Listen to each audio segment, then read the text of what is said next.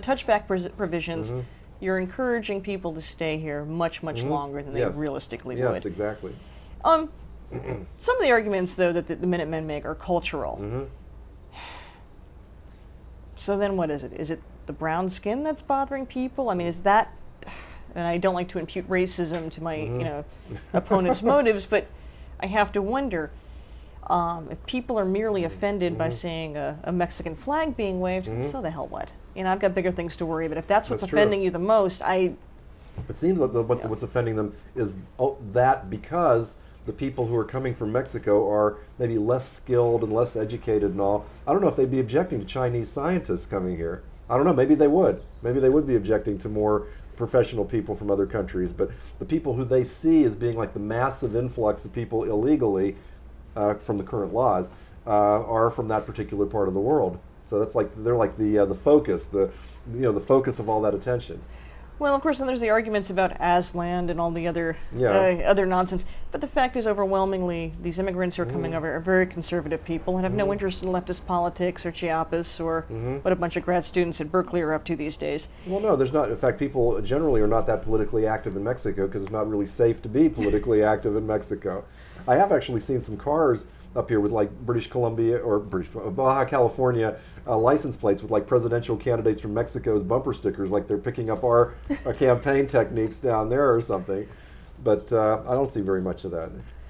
Yeah, from the cultural conservatives actually should welcome the influx of these immigrants. I don't think this is something that they should. I think they're worrying about all the wrong thing, unless it's just their idea to keep this a WASP paradise, which it hasn't been for some time. Some think of it that way. They really do, and they shouldn't live in California. Right. If that's what they're thinking. They should like move to Minnesota or North Dakota or something. That's right. They should not be living in my neighborhood.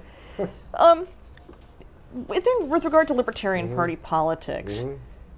We have the Ron Paul campaign, and I don't know where you stand on Ron Paul. I happen to think he's really, really wonderful, but he is a little weak on the immigration issue. That's true. How do you think this is going to play internally? Well, of course, Ron Paul is a Republican. He's running for the Republican nomination. He was our candidate back in 1988. I love Ron Paul. He's my political hero. What he's tried to do in Congress has just been amazing. Like being able to have that force of character to stand alone against hundreds of his colleagues for all these years in standing up for the Constitution, standing up for limited government and all that. And I think on the immigration issue, he is more picking up on the Prop 187 issue that you started with about all these services and all the welfare state services going to illegal immigrants, and he might not have studied just all the specific economic consequences, like what the truth is on that. But I can see where he's thinking that way. He might have a totally different opinion if there was no welfare state. Absolutely. Well, I mean, as one blogger put it, do these economic changes happen in a vacuum? They don't. That's understood. They don't happen in a vacuum. However, maybe what we should be working on is ending the welfare state. Oh, there's no doubt. There's no doubt. Except that's probably one of the more difficult things to do. A recent study showed that between 50 and 53% of Americans are dependent on the government for their income, whether it's actual working for the government or receiving a transfer payment or being on Social Security or something like that. And once you have a majority of the population in that position, unless they don't show up to vote, then it's going to be awfully hard for those in civil society, those in the private sector, to overcome that. It's going to be hard for us to overcome that, isn't it? That's for sure. That we have a difficult road ahead of us. How, to a normal human being, Ted, how would you explain, then how would you, in 2 lines, frame the immigration immigration issue if you're just trying to explain it to a normal human being who isn't obsessed about policy as we are? Well, I'd want to know what their general focus is, whether they're ready to throw out all the illegals or not, whether they don't care. And if they aren't really hyped up on the issue, it's much easier to argue it and just say, well, we've been a nation of immigrants. I would say that my grandfathers were born in other countries, and it's so easy to become assimilated in this country. We have the melting pot.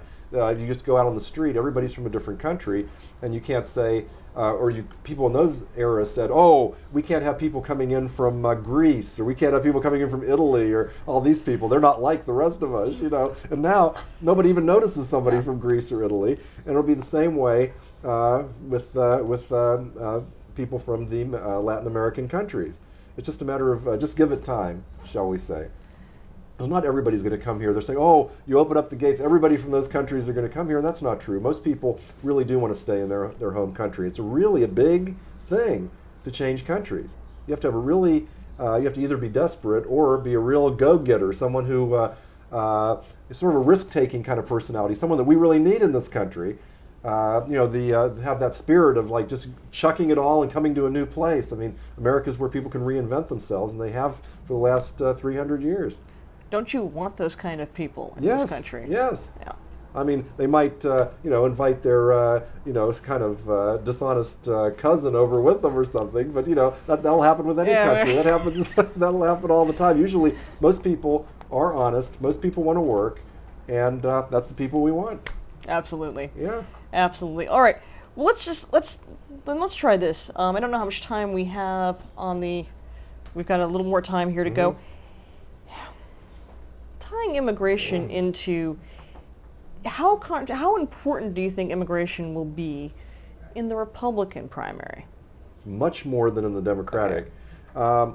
And the thing is, the activists vote in the primaries. For example, on the Democratic side, it's the most liberal, maybe union member kind of activists that will vote in the primary. And on the Republican side, it's going to be, you know, the quote-unquote little old lady in tennis shoes kind of, you know, right-wing voter, usually older voters in the Republican Party. And it's that's who the candidates have to cater to.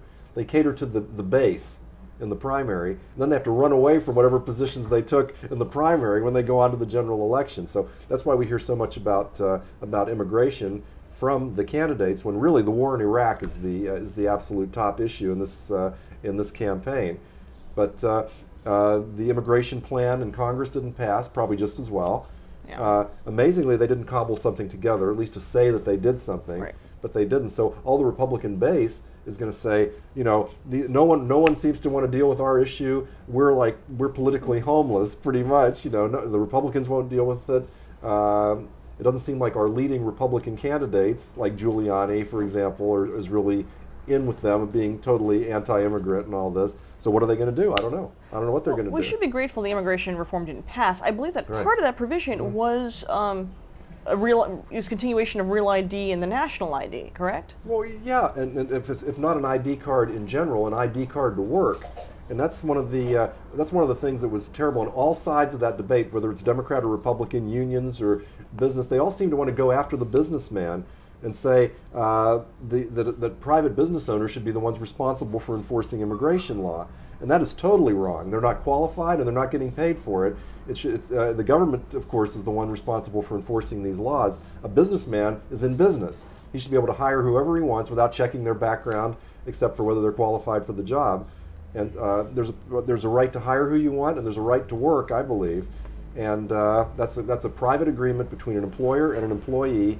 And there absolutely should be no checking some database. There should be no requirement that a businessman check an immigration status of a potential employee.